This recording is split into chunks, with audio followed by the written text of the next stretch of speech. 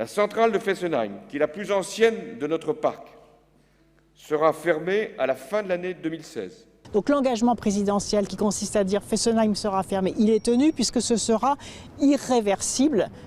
Nous fermerons les 2 réacteurs de Fessenheim, c'est vrai, au premier semestre 2020. C'est clair, c'est net. L'arrêt de Fessenheim incarne l'écologie de responsabilité portée par le président de la République. Nous, la seule raison pour laquelle on ferme notre outil de travail, ce sont les conséquences d'un marchandage politique, entre partis politiques. Ça, c'est quand même très difficile à comprendre. Concrètement, 14 réacteurs de 900 MW seront arrêtés d'ici à 2035. Ce mouvement commencera à l'été 2020 avec l'arrêt définitif des 2 réacteurs de Fessenheim.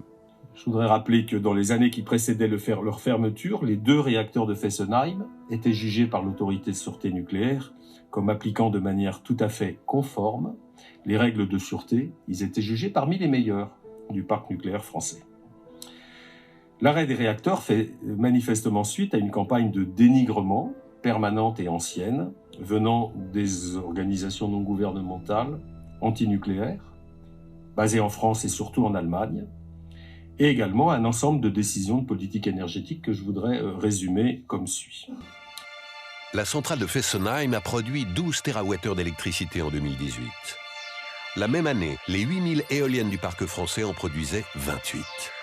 Une simple règle de 3 nous permet de conclure que les 2 réacteurs de Fessenheim ont produit cette année-là autant que 3428 éoliennes. Et si l'on voulait remplacer la centrale de Fessenheim par des éoliennes dûment espacées, il faudrait intégralement occuper un rayon de 24 km de diamètre. Et cela sans garantie d'avoir du courant quand on en a besoin.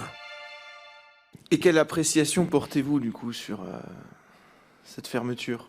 Qu'EDF a appliqué la loi.